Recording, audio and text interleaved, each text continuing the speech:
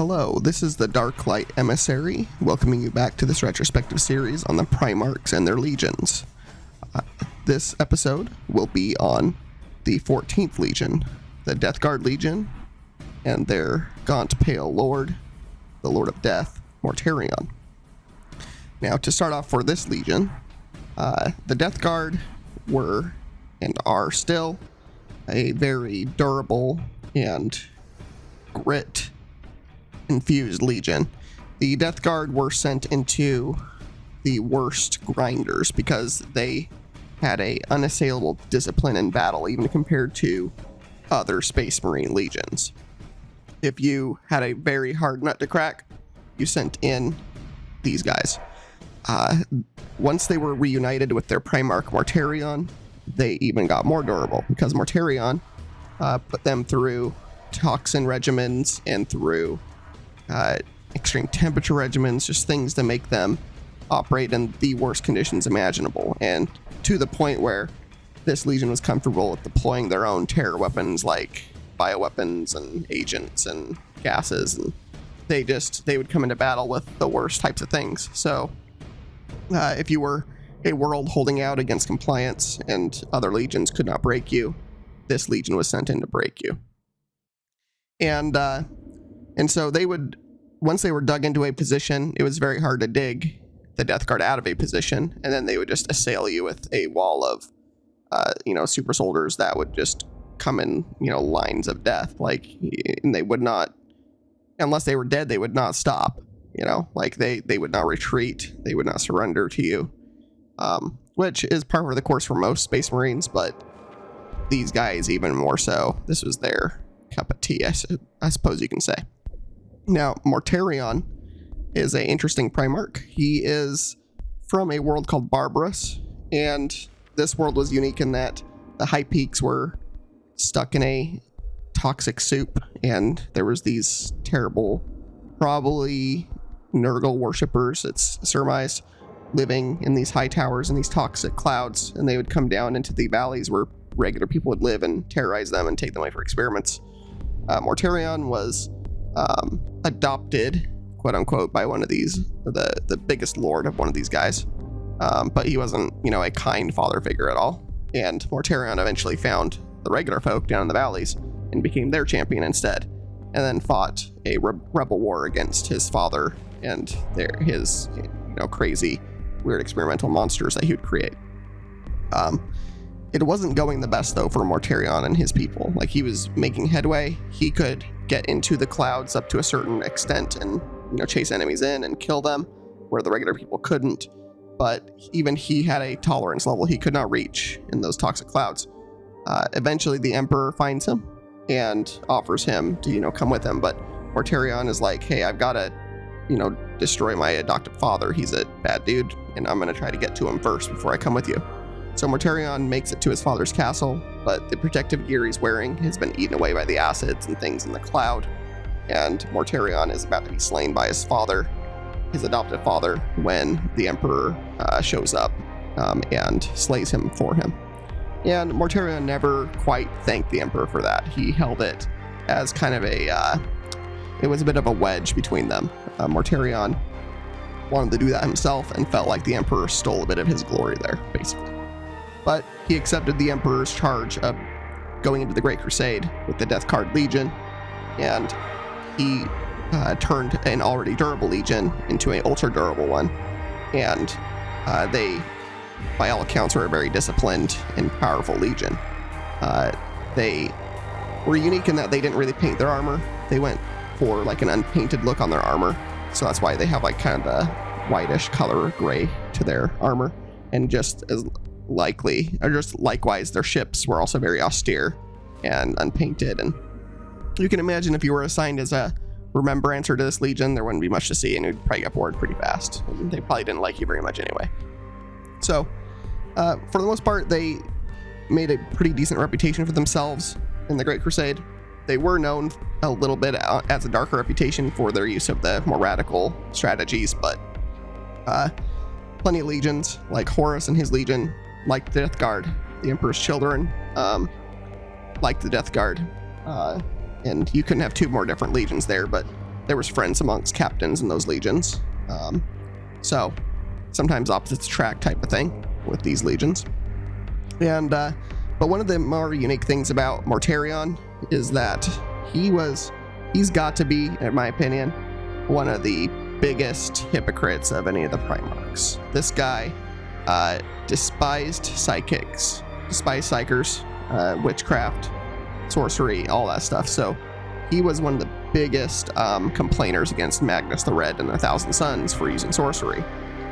However, Mortarion's own first captain, Typhus, is a psyker. He wasn't allowed to use his psyker abilities, and Mortarion outlawed any librarius of psykers in his legion. And I don't know if he knows that Typhus had the psyker abilities or not, but he was a psychic. He was a psyker, and he was at the top of, he was one of Mortarion's closest and oldest confidants. So, interesting note there. And then Mortarion's predilection for this, kind of like soured him on several other Primarchs as well. And basically, if Mortarion did not like you, there was no way to get back into his good graces. He was kind of a, never forget, never forgive type of guy. And he was a very stubborn Primarch in that way. And so all of that kind of coalesced with, Horus being a diplomatic Primarch and being given the War Mastership over the rest of the legions. He happened to be one of the only Primarchs that Mortarion liked. And combine that with the wedge he already had with the Emperor. Once Horus, brought up the plans to rebel against the Emperor, Mortarion and the Death Guard were on board for the most part. That being said, this legion did have a contingent, about a third of the legion, that Mortarion surmised would be loyal to the Emperor no matter what. And so this legion was one of the ones that purged part of its forces in the Istvan III massacre. And true to their name, the loyalist Death Guard on that planet were hard to root out. It was mentioned in the Galaxy in Flames book that long past any rational time period the Death Guard loyalists should be alive, there'd be random artillery shots that would come into the traitor camps, and there would always be some holdout loyalist Death Guard still churning along, doing their best to hold out against this, the 4 legions worth of traitors and their Primarchs. And so it just speaks to, the durability of this legion. Curiously, though, one of the loyalists of this legion is a guy named Nathaniel Garrow. And it was well known that Nathaniel was a Terran Marine, and he was very loyal to the Emperor. But Mortarion, for some reason, held him in reserve up on a ship. And I guess Mortarion thought maybe he could turn him with time or something and didn't want to lose him as an asset for some reason. Now, Typhus, he talked with Typhus, Nathaniel did, and Nathaniel's like, why can't I go down to Istvan III with the rest? Why am I being held in reserve? I feel this is a little bit dishonorable. Typhus narrowed his eyes and said, hey, listen, if it were up to me, I'd let you go down there and, get your glory, dude. But it's the Primarch's decision, not mine. So, it's just interesting to note that we get to know that much in this case about why Nathaniel was kept in reserve. But eventually, Nathaniel learns through a loyalist Emperor's Children Marine making his way down to the surface, being chased by fighter craft, that the 4 legions were turning against the Emperor. So Nathaniel Garrow flees the battlefield and makes it his way into the warp, and eventually is found by Rogal Dorn and the Imperial Fists on the Phalanx. And that's how the Loyalists first come to know about the plans of Horus and the traitors, was from this Loyalist Death Guard. And so there was a few Death Guard Loyalists that made it back to Terra, and some of their fates are not known. Nathaniel's fate is known. And I'll let you read the stuff if you want to learn more about him, but he's a very unique and special character in the setting for the Heresy era. And so that kind of gives the Death Guard a bit more of a unique upcharge, on who they are. So during the Heresy, the Death Guard were, one of the more disciplined Chaos-sided legions. They did not follow or worship Chaos directly for most of the time. Typhus, the first captain, was a secret practitioner of the ruinous powers, but he did not let that be known to his Primarch or Legion yet, because they did not join the heresy because they believed in, chaos or anything other than let's defeat the Emperor. We don't like him. However, when they were traveling on their way to Terra, Typhus saw his opportunity to bring his brothers into the same servitude as him, and he killed the navigators and of the fleet and brought the fleet becalmed in the warp. And Grandfather Nurgle, the chaos god of plague, disease, decay, he came to the Legion and he blessed them, and I say that with air quotes, blessed them with a plague that ravaged their bodies and, made a joke of their durability and stress testing that they would do as a Legion. And Mortarion fought it for a while, so did his Legion, because, one of their trademarks is stubbornness and endurance, but even this was a bit too much for them. And eventually, Mortarion capitulated and bent the knee to Nurgle. And at that point, Papa Nurgle embraced his new subjects, and they were rebirthed as Plague Marines. And Mortarion became the Lord of Death, the Lord of Decay, a demon prince of Nurgle. And so now they had their durability brought to some ridiculous levels. Unless you really take the head off of a Marine, and even if you did, these Marines keep coming at you as Plague Marines, and this Legion was a big part of the Siege of Terra. Mortarion eventually basically takes command of the Siege of Terra itself after Perturabo leaves the battlefield and his Iron Warriors mostly leave. The Death Guard were the next major group with the most troops that were leading the charge, along with the Sons of Horus. And as mentioned in the Jagate Khan review, retrospective, eventually Jagate Khan and Mortarion fight, and Mortarion is banished from Terra during that conflict. And his Legion still stayed and kept fighting. They didn't go anywhere, but they lost some of their resolve with their Primarch gone. But Typhus took up the command and kept them going. And so after the defeat at Terra, this Legion stayed together, and he made a very steady and slow retreat back to the Eye of Terror and did not break up as a Legion for the most part. There is plenty of warbands with Plague Marines in them, so, them being a Chaos Force, they didn't stay as one Legion all the time, but if Mortarion calls, his Legion will follow. And Mortarion himself created a demon world that looks a lot like his home world, Barbarous, with him as the tyrant on this world instead. And so that's kind of where they are in modern times. As mentioned in the Ultramarines one, Ra Golman and Mortarion fought, and Mortarion was injured by the Emperor himself and his blade. And so Mortarion is probably on Nurgle's I don't like you very much list right now for that failure, but Mortarion is still around and is not dead.